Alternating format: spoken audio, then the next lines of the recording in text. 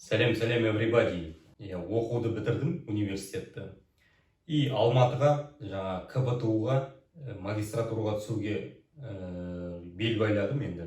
Бел байлап, содан 9 июнь күні тест болатын болды Алматыда. И соған жаңағы Алматыға бастым ғой. Пойызға билет алып, пойызбенен Оралдан Алматыға кеттім. 3 күн жүріп бардық Алматыға пойызбен. И Алматыға барып, жаңағы бір күн кішкене қыдырып, тестіма дайындалып, енді барсам жаңағы КБТУ-ға.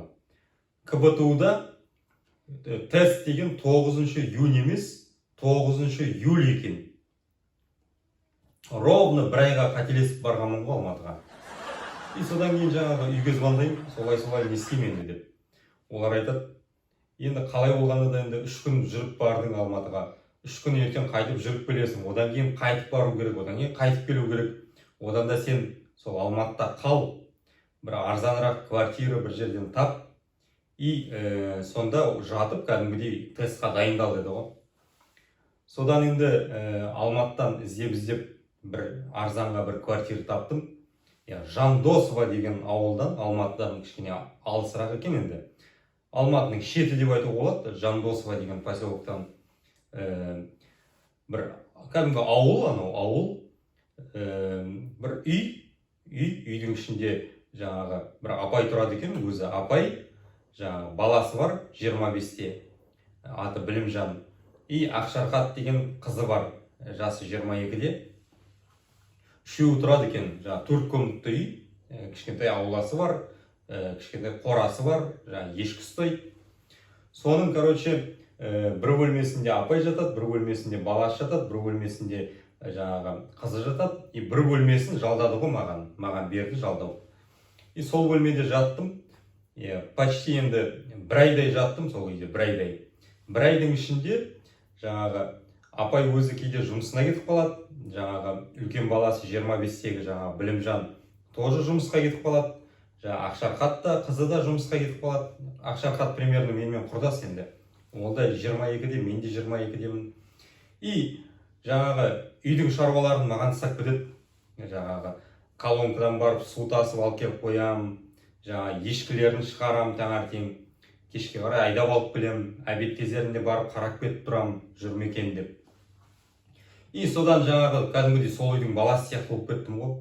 Кеште апай келеді, тамақ пісіреді, тамақ пісіргенде мені бірге шақырады, жаңағы стол басына отырам. Сол үйдің баласындай болып кеттім ғой, бір айдың ішінде. И кәдімгідей бауыр басып, кәдімгі жақсы бір үйдің адамдары сияқты болып жүріп қой. Апай постоянно шақырады мені, келе ғой деп. Кәдімгі өз баласындай. Содан бір күні үйінде аулада отырсам, аулада демалыс күні, как раз воскресенье күні, аулада отыр едім. И бір кезде апай жаңағы 5 ешкіні айдап келеді, қолында қамшы. 5 ешкіні айдап келді де, аулаға кіргізді де. И бір кезде маған қарай келеді, біртүрлі ашулы. И мен отырым, и алды да жаңағы қамшымен арқамнан бір тілді ғой. Атып тұрдым бетіп. Не болып қалды апай? Ашық ауыз оңбаған, не істеп жүрсің сен, аузың ашылып? Дейді маған. Шошып кеттім, не болды? Жалма-жан жаңа ешкілерді санап жатырмын. 5 ешкі ғой енді. 5 ешкіні қарайым, 5-еуі де түгел екен. Түсінбей тұрмын, не болып қалған. Апай, не болды? Десем, ана Ақшарқатты қызымды көрші Орынбек алып қашып кетті дейді. Мәссі, ана же енді не айтарым білмеймін енді. Тұрып қалдым. Апай, енді менің не қатысым бар? Мені неге ұрдыңыз? Не қатысың бар? Түсінбедің ба сонда не қатысың бар екен? Депті кіріп кетті үйге. Одан кейін барып түсініп тұрмын ғой мен. Кейін түсіндім оны. Ол кісі деген мені жаңа Ақшарқатпен негізі қосқысы келген екен. Сол үшін кәдімгідей күнде мені дастархан басына шақырып, кәдімгідей бүкіл сондай бір жақсы ілтипат танытқан екен ғой сол үшін. Содан кейін апай сол үшін енді ана Орынбек алып кеткен үшін маған кішкене жынданып тұр енді апай. Бір кезде есік алдында тұрмын әлі, түсінбей. И бір кезде апай шықты да бүйтіп айтады, не істеп тұрсың енді дейді. Мен айтам, не істеймін енді, не істеуім керек?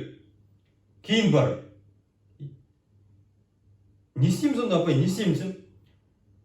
Кейін қазір жаңағы Орынбектің үйіне барамыз, қуғыншы болып барамыз дейді. Жаңағы сен деген сол Ақшарқаттың ағасы боласың дейді. Өйткені мен өзің білесің ғой, Тараздамын, мұнда Алматыда бірде бір туысым жоқ. Жаңағы баламның өзі Білімжан командировкаға кетті Таразға. Ешкім жоқ енді. Қыздың артынан бармауға тағы болмайды, жаңағы артынан іздеушісі жоқ деп ойлайды. Кетті, кейін деді. Сөйтіп барып үстіме кішкене киініп, сол апай екеуміз кеттік жаңағы көшеге, Орынбектің үйіне. Орынбектің үйінің қасына заборына келдік. Бір кезде апай айтады, ал енді не, образға кір дейді. Мен айтам, қандай образ? Қандай образ деген несі? Сен енді ағасысың ғой, сенің қарындасың ұрлап кетті. Жындан. Өмірі ондайды көрмеген, образға кіріп жатырмын дейді. Бір кезде апай есікті ашты да дейді, кіріп келді. Алдымыздан бір екі әйел атып шықты. Апай бір кезде айқай салды ғой. Қайда менің қызым? О заманда бұ заман ештеңе айтпастан алып қашып кеткендерің не дәйірі? Мен де ана жерде образда тұрмын ғой. Подоконник тұр екен ғой, подоконник. Соны бір соқ. Қайда біздің қызымыз? О заманда бұ заман қызды үнсіз алып қашып кеткен бұл не тағы? Апай айтады, шығарыңдар қызымды, көремін мен қазір. Мен подоконникті тағы бір соқтым. Шығарыңдар қызды, көруіміз керек біз. Рольда жүрмін, рольда кәдімгі. Аналар кәдімгі асты үстімізге түсіп жатыр. Ойбай, ашуыңызды беріңіз. Қызыңыз өз еркімен келді. Қазір келеді қызымыз. Келіңіз, жүріңіз мына жаққа деп. Сөйтіп кішкене ашу тарқағаннан кейін жаңағы екінші комнатқа кірдік. Екінші комнатқа кірсек, кәдімгідей стол дайындалып қойған, жерде дастархан жайылып тұр. Кәдімгідей дастархан жайылып тұр, кәдімгідей. Бүкіл бәрі тамақ бәрі қойылған. 5-6 адам кәдімгі отыр. Біздің келетімізді біліп, кәдімгідей полностью күтіп отыр екен олар уже. Сосын апай кіргеннен кейін әлі жыны басылған жоқ, енді рольда жүр ғой. Қайда қызым, шақыр? Менде ұратын ештеңе жоқ ана жерде. Шақырыңыз қызымызды. Сосын бір кезде бәрі отырғаннан кейін жаңа Ақшарқатты шақырды, Ақшарқат келді. Жаңа апай отыр, мен отырмын. Сосын Ақшарқат келіп біздің қасымызға отырды. Жылап отыр Ақшарқат, еңіреп жылап отыр кәдімгідей, тоқтамастан. Сосын мен сұраймын ғой Ақшарқаттан, не болып жатыр? Сен мәжбүрлеп келдің бе, өз еркіңмен келдің бе? Десем, Ақшарқат айтады, өз еркіммен келдім дейді. Не енді еңкілдеп жылап отырсың ғой десем, бұл жерде енді сценарий бойынша осылай жылау керек дейді. Не дейді мұнда? Бәрі роль играть етіп жатыр. Ең соңында не болса да, не болғанын айтайын. Ең соңында бәрі жаңа кішкене ішіп, бәрі бір-бірімен достасып, құдағай, құда болып, кәдімгідей тарқастық қой. Мен левый адам, квартирам, құда болып кеттім ана жерде. Бәрі маған құда деп кәдімгідей мәссаған. Кәдімгі сыйлы құда болып кеттім ана жерде. Сөйтіп жаңағы Ақшарқатты қияға қондырып келдік үйге. Содан енді примерно бір жұма өтті. И менің уже кететін уақытым болды. И жаңағы отырсам, жаңағы дворда отыр едім. Бір кезде апай жаңағы бесешкіні айдап келді тағы. Бесешкіні айдап келді де, кішкене жынданып келеді бір түрлі. И алды да тағы жаңа қолында қамшысымен арқамнан бір тілді ғой. Апай, не болды? Тағы да жалма-жан тек бесешкіге қарап қалыптың ғой. Бесешкі түгел ма деп. Ояқтың юг жақта, біздер енді батыс жақта Оралдамын ғой енді. Юг жақта халқы кішкене ысылау жаңағы. Жынданса жаңағы қамшымен тіл жібереді екен, жаман. Содан жаңағы, не болып қалды апай дедім? Ашық ауыз, не істеп үшін, не қарап үшін дейді. Не болып қалды апай? Білімжан баламыз қыз алып қашып келіпті. Ол енді жақсы ғой апай. Сіз өзіңіз баяғыдан бір үйлен деп жүр едіңіз ғой. Үйлен деп жүргенім рас, бірақ та алып қашып келген қызы дейді 18-ге толмаған әлі дейді. Қазір қуғыншылар келеді, қуғыншылар милициямен келуі мүмкін. Егер де ана қызды деген кәдімгі алып қашып кеткеніміз дәлелденсе, онда біздерді соттайды. Апай, біздерді демеңіз. Мені соттайды дегіңіз шеш. Менің не қатысым бар? Жан тартты ана жерде. Содан айтады маған, қазір міне уже келді жаңағы Білімжан қызбен келеді қазір. 5 минутта уже келеді үйге.